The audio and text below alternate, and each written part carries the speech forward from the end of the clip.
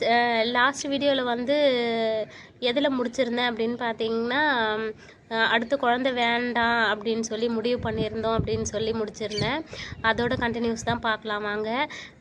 அதாவது எனக்கு கிளைமேட் கொஞ்சம் உடம்பு கொஞ்சம் ரிலாக்ஸ்டாக இருக்கிறதுனால அப்படியே வீடியோ வந்து லென்த்தாக போனாலும் பரவாயில்ல அப்படின்னு சொல்லிட்டு வீடியோ எடுக்க ஸ்டார்ட் பண்ணிட்டேன். இதே பார்ட் 1 பார்ட் 2 பார்ட் 3 கூட வரும். இதுக்கப்புறம் நாளைக்கு எப்படி டயர்டாக இருப்பேனா எப்படி இருப்பேன்னு எனக்கே தெரியாது. அதனால் சரி, என்னால் எடுக்க முடிஞ்ச அளவுக்கு நான் ஒரே நல்ல வீடியோ எடுத்துடலாம் அப்படின்னு சொல்லிட்டு எடுத்துகிட்டே இருக்கேன். லாஸ்ட் வீடியோவில் வந்து நாங்கள் தம்பியே ஃபுல்லாக ஃபோக்கஸ் பண்ணதுனால சண்டை வந்து அந்தளவுக்கு நாங்கள் போடலை. நல்ல ஒரு அண்டர்ஸ்டாண்டிங் வந்தது. அண்டர்ஸ்டாண்டிங்கோடு தான் இருந்தோம் அப்படின்ற மாதிரி சொல்லி முடிச்சிருந்தேன். வந்ததுக்கப்புறம் ஃபுல் அண்ட் ஃபுல் தம்பியே ஃபோக்கஸ் பண்ணி இருந்ததுனால நெக்ஸ்ட் பேபிக்கு நாங்கள் வந்து பிளான் பண்ணவே கிடையாது. வேண்டாம், இந்த தம்பி மட்டுமே போதும், தம்பி மட்டுமே பார்த்துக்கலாம், வேறு எந்த குழந்தையும் நம்மளுக்கு வேண்டாம், வேறு எந்த குழந்தையும் நம்ம பார்த்துக்க முடியாது, இன்னொரு குழந்தை வந்துட்டால் இந்த குழந்தைய பார்த்துக்க முடியாது அப்படின்னு சொல்லி முடிவு பண்ணி இன்னொரு குழந்தை வேணாம் அப்படின்னு சொல்லி முடிவு பண்ணிட்டோம். யாரும் இல்லை, நானும் மாமாவும் சேர்ந்து எடுத்த முடிவு தான் அது. அதுக்கப்புறம் பார்த்திங்கன்னா தெரப்பிக்கெலாம் கூப்பிட்டு போகிற இடத்துல வந்துட்டு ஒரு சில பேரண்ட்லாம் சொல்லுவாங்க, இன்னொரு குழந்தை எனக்கு இருந்துச்சு, அந்த குழந்தையும் அதே மாதிரி தான் இருந்துச்சு அப்படின்லாம் சொன்னாங்க. அது மாதிரிலாம் கேள்விப்படும் போது ரொம்பவே பயமாக இருந்துச்சு. ஒருவேளை இன்னொரு குழந்தைன்னு நம்ம பிறந்து இன்னொரு குழந்தை இந்த மாதிரி இருந்துட்டால் நம்ம என்ன பண்ணுவோம் அப்படின்னு சொல்லி அதுவும் பயம் எனக்கு அதிகமாக இருந்ததுனால வேண்டாம் அப்படின்னு சொல்லி முடிவு பண்ணிட்டோம். அதுக்கப்புறம் பார்த்திங்கன்னா அந்த மாதிரி டைமில் வந்துட்டு நீயா நானா ஷோவா இல்லை என்ன ஷோன்னு சரியாக தெரியல. அந்த ஷோவில் பார்த்திங்கன்னா நம்மளை மாதிரி ஒரு பேரண்ட் வந்துட்டு இந்த குழந்தைய பார்த்துக்கணும் அப்படிங்கிறதுக்காக இன்னொரு குழந்தைக்கு ட்ரை பண்ணாமல் அந்த ஒரு குழந்தையே பார்த்துக்கிட்டதுனால கடைசியில் வந்து எங்களுக்கு அப்புறம் அந்த குழந்தைய யார் பார்த்துப்பான்னு தெரியல சார், ரொம்ப கஷ்டமாக இருக்குது, சிங்கிள் குழந்தையாக நிறுத்தினது எங்களோட தப்பு, இன்னொரு குழந்தை இருந்திருந்தால் நாங்கள் இல்லைன்னா கூட அந்த குழந்தை அவனை பார்த்துக்குவோம் அப்படின்ற மாதிரி ஒரு பேரண்ட் வந்து சொல்லியிருந்தாங்க. அது கேட்கும் போது ரொம்பவே கஷ்டமாக இருந்துச்சு.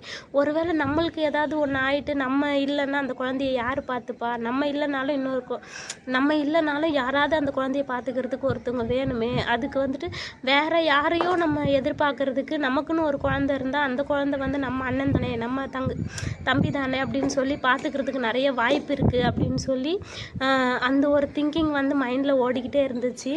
அதுவும் இல்லாமல் நான் தம்பி வந்து மந்த்லி ட்வைஸ் வந்து நான் வந்து 2 டைம்ஸ் மந்த்லி 2 டைம்ஸ் வந்து நான் எக்மோர் பேபி ஹாஸ்பிட்டலுக்கு கூப்பிட்டு போகும்போதெல்லாம் டாக்டருங்க வந்துட்டு எங்களுக்கு கவுன்சிலிங் மாதிரி கொடுப்பாங்க. இந்த மாதிரி பேரண்ட்ஸ் வந்து சிங்கிள் சைல்டோடு நிறுத்தாமல் இன்னொரு பேபி உங்களுக்கு வேணும், நீங்கள் இல்லைனாலும் அடுத்து அந்த குழந்தைய பார்த்துக்கிறதுக்கு யாராவது ஒருத்தர் வேணும் அப்படின்ற மாதிரி சொல்லி நம்மளுக்கு கவுன்சிலிங் கொடுக்க ஒரு கட்டத்தில் சரி இன்னொரு பேபிக்கு நம்ம ட்ரை பண்ணலாம் அப்படின்ற மாதிரி தான் இருந்துச்சு. அதுக்கு முன்னாடி வரைக்கும் எனக்கும் மாமாவுக்கும் இன்னொரு குழந்தை மேலே இன்ட்ரெஸ்டே இல்லாமல் தான் இருந்துச்சு. இந்த குழந்தைய மட்டும் நம்ம பார்த்துக்கிட்டா போதும் அப்படின்ற மைண்ட் செட்டில் தான் இருந்தோம். அதே மாதிரி எனக்கு தம்பிக்கு 3 வயசு ஆகிற வரைக்குமே நான் ப்ரெக்னெண்ட்டும் ஆகலை. ஒரு வேளை ப்ரெக்னெண்ட்டாக ஆகியிருந்தேன்னா அந்த குழந்தை வேணான்னு முடிவு பண்ணியிருப்பேனா அப்படின்றது டவுட்டு தான். ஏன்னா நான் இப்போ இந்த 3rd பேபிக்கு ப்ரெக்னெண்ட்டாக இருக்கும்போது அந்த தம்பி இந்த தம்பி குட்டி தம்பி தங்கமயில் 2 பேரும் இருக்கும்போதே இந்த குழந்தைய நான் ஏற்றுக்கிட்டேன். அதே மாதிரி தான் ஏற்றுட்டு இருந்திருப்பேன்னு நினைக்கிறேன். ஆனால் அந்த 3 வருஷம் எனக்கு அந்த குழந்தை இல்லாததுனால எனக்கு சுத்தமாக அந்த ஃபீலிங்ஸே இல்லாத மாதிரி ஆயிடுச்சு.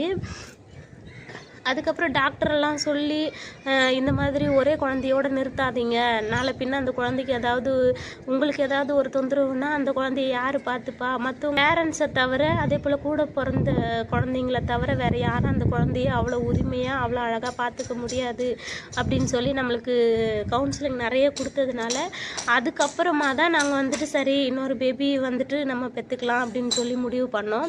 அது முடிவு பண்ணதுக்கப்புறம் ஒரு 3 மந்த்ஸ்லேயே குட்டி தம்பி வந்து ப்ரெக்னென்ட் ஆகிட்டேன். குட்டி தம்பிக்கு ப்ரெக்னென்ட் ஆனதுக்கு அப்புறமும் எனக்கு வந்துட்டு ரொம்ப டவுட் இருந்துச்சு. ஒருவேளை இந்த குழந்தை இந்த குழந்தை நல்லா இருந்து அந்த குழந்தை மேலேயே நம்மளுக்கு போயிடுமோ, இந்த குழந்தைய சரியாக பார்த்துக்காமல் விட்டுருவோமோ அப்படி இப்படின்னு ரொம்ப இருந்துச்சு. இன்னொரு குழந்தை இவன் மேலே காட்டின பாசம் ஃபுல்லாக இந்த குழந்தை பங்கு போட வருது அப்படின்றப்போ இந்த குழந்தை நல்லா நல்லபடியாக இருந்துட்டு எல்லோரோட பாசமும் அந்த குழந்தைக்கு போயிட்டு இந்த குழந்தைக்கு இல்லாமல் போயிடுமோ அப்படின்னு சொல்லிலாம் ரொம்ப வருத்தப்பட்டேன், ரொம்ப கஷ்டப்பட்டேன். கடவுள் புண்ணியத்தில் குட்டி தம்பி நல்லாவே இருந்தான், எந்த தொந்தரவும் கிடையாது. தம்பி நல்லபடியாக தான் பிறந்தான். தம்பி நடக்கும்போது, ஓடும்போது, பேசும்போது எல்லாமே என்னதான் இவன் நம்மளை ஃபஸ்ட் டைம் நம்மளை அம்மான்னு இவன் கூப்பிட்டாலும் அந்த ஒரு ஏக்கம் இருந்துக்கிட்டே இருந்துச்சு, நம்மளை பெரிய தம்பி கூப்பிடலையே அப்படின்னு சொல்லி. இவன் 1000 தடவை அம்மா அம்மான்னு கூப்பிட்டாலும் அந்த குழந்தை வாயிலேருந்து ஒரு தடவை கூட அம்மான்னு வரலையே அப்படின்ற ஏக்கம் நிறைய இருந்துச்சு. இவன் நடக்கும் போதெல்லாம் அந்த குழந்தை நடக்கலையே அப்படின்ற கஷ்டம் இருந்துச்சு. இவன் சிரிக்கும் போதெல்லாம் அந்த குழந்தை சிரிக்கலையே அப்படின்ற இது இருந்துச்சு. அதுக்கு அடுத்தடுத்து எத்தனை குழந்தை வந்தாலும் அவன் இடத்த ஃபில் பண்ணாத மாதிரியே இருந்துச்சு. அவன் ஒரு தங்க பொக்கிஷம் மாதிரி, தங்க கட்டி மாதிரி எங்கள் கையில் இருந்தான். எத்தனை குழந்தைங்க பார்த்தாலும் எனக்கு அந்த குழந்தைய பார்த்த மாதிரி ஃபீல் எந்த குழந்தை மேலேயும் வராது. ஏன்னா அந்த குழந்தை ஒரு தெய்வம். அந்த குழந்தை எனக்கு இருந்த வரைக்கும் எனக்கு எந்த தொந்தரவும் கொடுத்தது கிடையாது, எந்த ஒரு கஷ்டமும் கொடுத்தது கிடையாது. அவனை நாங்கள் தூக்கி சுமந்ததை விட மற்ற எந்த கஷ்டமும் எங்களுக்கு அவன் கொடுத்ததே கிடையாது. உண்மையை சொல்ல போனோன்னா அவனால் தான் இந்த லைஃபே. அவன் இல்லைன்னா எனக்கு இந்த லைஃப் கிடச்சிருக்குமா அப்படின்றது கூட டவுட்டு தான். சப்போஸ் அன்றைக்கி நடந்த பிரச்சனைக்கு நாங்கள் தனித்தனியாக போயிருந்தா கூட இன்றைக்கி உங்கள் முன்னாடி இப்படி உட்காந்து பேசியிருப்பேனா அப்படின்றது கூட எனக்கு டவுட்டு தான். இந்த லைஃபுமே அவன் தான் எனக்கு கொடுத்துட்டு போனான். அதுவும் இல்லாமல் ஒரு ஆளாக என்னால் என்ன செய்ய முடியும், என்னால் என்ன செய்ய முடியாது, அவனை வச்சுக்கிட்டு நான் எந்த அளவுக்கு பாசிட்டிவாக இருப்பேன் அப்படின்றதையும், அவன் ஒரு குறை அப்படின்றத 4 பேர் சொன்னாலும் என் பிள்ளை ஒரு குறை கிடையாதுன்னு 4 பேர் முன்னாடி நாங்கள் கெத்தாக நின்னதையும் நினச்சி பார்க்கும்போது அந்த அளவுக்கு எனக்கு அவ்வளோ தைரியத்தையும் அவ்வளோ ஒரு மனசு வலிமையும் கொடுத்தது அவன்தான். நாங்கள் வந்துட்டு குழந்தை இப்படி பிறந்துச்சு அப்படின்னு சொல்லிட்டு நாங்கள் வருத்தப்பட்ட நாள் இல்லாததுன்னு கிடையாது, வருத்தம் இருந்திருக்கு. ஆனால் அந்த வருத்தத்தை அந்த குழந்தைக்கு தெரியக்கூடாது அப்படின்றதுல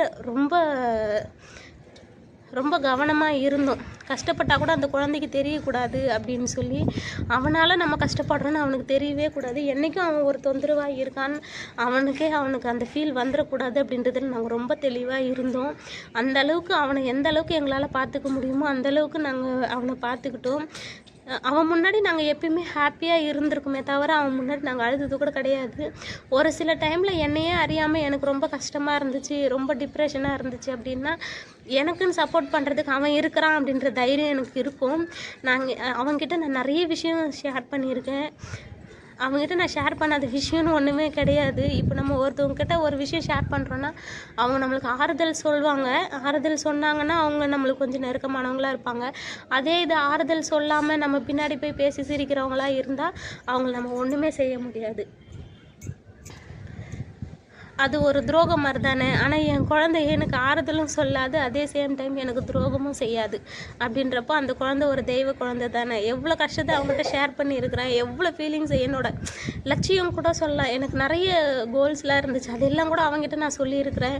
நிறைய விஷயம் ஷேர் பண்ணியிருக்கிறேன். அவன் வந்துட்டு அவனுக்கு புரிஞ்சுதோ புரியலையோ, ஆனால் என் கூட சைலண்ட்டாக அமைதியாக படுத்தே இருப்பான். ஏதாவது ஒரு ரியாக்ட் பண்ணுவான். ஒரு அவன் கையை வச்சு என் கன்னத்தை தட்டுறதோ இல்லை கால் மிதிக்கிறதோ ஏதாவது ஒன்று செய்வாம்மா, நான் இருக்கிறேம்மா அப்படின்ற மாதிரி. அந்த குழந்தை இல்லாதப்போ தான் அந்த ஃபீலிங்ஸ் என்னன்னு தெரிஞ்சது. அந்த வீடே வெறிச்சு ஓடின்னு இருந்தது பார்த்தீங்களா, அந்த சமயம்லாம் என்னால் சொல்லவே முடியாது. அந்தளவுக்கு நான் எவ்வளோ கஷ்டப்பட்டேன்றது எனக்கு தான் தெரியும். அந்தளவுக்கு நான் ரொம்ப பாண்டிங் நல்லா இருந்துச்சு அந்த குழந்தை கூட எனக்கு. அப்போ கூட அவன் கடைசியாக போகும்போது கூட நான் இல்லைன்ற ஃபீலை நீங்கள் அனுபவிக்கக்கூடாதுன்னு பொக்கிஷம் மாதிரி இன்னொரு குழந்தைய கொடுத்துட்டு தான் அவன் போனான். அவன் எப்படி சொல்கிறது, அவன் அந்தளவுக்கு யோசிச்சிருக்கிறான்னா பாருங்களேன். அவன் எந்த அளவுக்கு யோசிச்சிருக்கிறான், நம்ம இல்லைன்ற கஷ்டம் அவங்களுக்கு வரக்கூடாது, நம்ம இன்னொன்று கொடுத்துட்டு போகணுன்னு அவன் யோசிச்சிருக்கிறான். எங்களுக்கு வந்துட்டு இவனை பார்த்துக்கிட்டும், இவன் குட்டி தம்பி இருக்கான், இந்த தம்பி இருக்கான், 2 தம்பியோடு சேர்த்து இந்த குழந்தையும் வளர்த்து விட்ருவோன்னு நாங்கள் நினச்சோம். தம்பிக்கு இப்படி சடனாக ஆகும்னு நாங்கள் நினைக்கல. அந்த குழந்தையோட சேர்த்து 1ஓட 2ஓட சேர்த்து 3ஆக சேர்த்து வளர்த்து விட்டுறலாம் அப்படின்னு தான் நினச்சோம். டாக்டர் கேட்கும்போது கூட என்னை கேட்டாங்க, நீங்கள் இந்த குழந்தை உங்களுக்கு வேணுமா அப்படின்னு கேட்கும்போது கூட, இல்லை நான் பெற்றுக்கிறேன், எனக்கு வேணும், நான் பார்த்துக்கிறேன், என்னால் பார்த்துக்க முடியும் அப்படின்னு சொன்னேன். அவங்க டாக்டர் கூட கேட்டாங்க, இந்த குழந்தைய வச்சுட்டு எப்படி உங்களால் பார்த்துக்க முடியுமா அப்படின்னு கேட்டாங்க. அந்த தம்பி வந்து நம்மளுக்கு தெய்வமாக இருந்து அந்த குழந்தைய கன்ஃபார்ம் பண்ணுற வரைக்கும் நம்ம கூட இருந்து அந்த குழந்தை வரப்போகிறது சந்தோஷத்தை நம்ம எப்படி அனுபவித்தோம் அப்படின்றது கண்ணார பார்த்துட்டு அந்த டைமில் நாங்கள் அவனையும் வெறுத்து ஒதுக்காமல் இருந்தது எல்லாம் பார்த்து அனுபவிச்சுட்டு தான் நம்மளை விட்டுட்டு போயிருக்கிறான். இப்போவும் தம்பி நம்ம கூட துணையாக தான் இருப்பான். இப்போ கூட இங்கே எங்கேயாவது பக்கத்தில் இருப்பான், ஏன் இப்போ என் மடியிலே கூட இருக்கலாம் அப்படின்ற மாதிரி தான் எனக்கு ஃபீல் ஆகுது. ஏன்னா தம்பியை வந்து என் தோலை விட்டோ என் மடியை விட்டோ இறங்கினதே கிடையாது. அந்த மாதிரி அவனை பார்த்துட்டு இப்போ என் கூடவே தான் இருக்கான். எனக்கு இப்போ இந்த பாப்பா கூட எனக்கு அவன்தான் மறுபடியும் வரப்போகிறான் அப்படின்ற மாதிரி தான் எனக்கு ஃபீல் ஆகுது. பார்க்கலாம் சீக்கிரமாக தம்பி ரூபத்தில் தம்பி மாதிரியே வந்து பிறந்து தம்பி அப்பா அம்மா சொல்லாததை இந்த குழந்தை சொல்லும். தம்பி அப்பா அம்மான்னு நம்மளை கூப்பிடாத ஃபீல் வந்துட்டு ஃபுல்ஃபில் ஆகுதா அப்படின்னு சொல்லி பார்க்கலாம். அடுத்த வீடியோவில் வந்து குட்டி தம்பியோட டெலிவரி ஸ்டோரி அப்போ பெரிய தம்பியை நான் எப்படி பார்த்துக்கிட்டேன் அப்படின்றதையும் இது குட்டி தம்பிக்கு ப்ரெக்னெண்ட்டாக இருக்கும்போது பெரிய தம்பியை நான் எப்படி பார்த்துக்கிட்டேன், டெலிவரி வரைக்கும் எப்படி பார்த்துக்கிட்டேன், டெலிவரி ஆனதுக்கப்புறம் எப்படி பார்த்துக்கிட்டோம் அப்படின்றதையும் மறுபடியும் குட்டி தம்பி வந்ததுக்கப்புறம் தம்பி எப்படி பார்த்துக்கிட்டோம் எல்லாமே உங்ககிட்ட நான் ஷேர் பண்ணுறேன். குட்டி தம்பியோட டெலிவரி ஸ்டோரியும் சொல்கிறேன். அது இன்னுமே ரொம்ப மோசமாக இருந்தது. பெரியவனை அதாவது நம்ம தங்கமயில விட்டுட்டு ஹாஸ்பிட்டலில் கிட்டத்தட்ட ஒரு 13 நாள் ஸ்டே பண்ணி அதுக்கப்புறமா தான் டெலிவரி ஆச்சு குட்டி தம்பிக்கு. அப்போ பெரியவன் எப்படி இருந்தான், எங்கே இருந்தான், எப்படி பார்த்துக்கிட்டான். குட்டி தம்பி டெலிவரி அப்பவும் நிறைய இஷ்யூலாம் போயிட்டே இருந்துச்சு.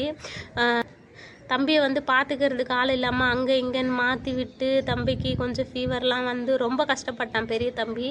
அது என்ன அப்படின்றத அடுத்த பார்ட்டில் நான் சொல்கிறேன் ஃப்ரெண்ட்ஸ். தேங்க்ஸ் ஃபார் வாட்சிங். பாய்.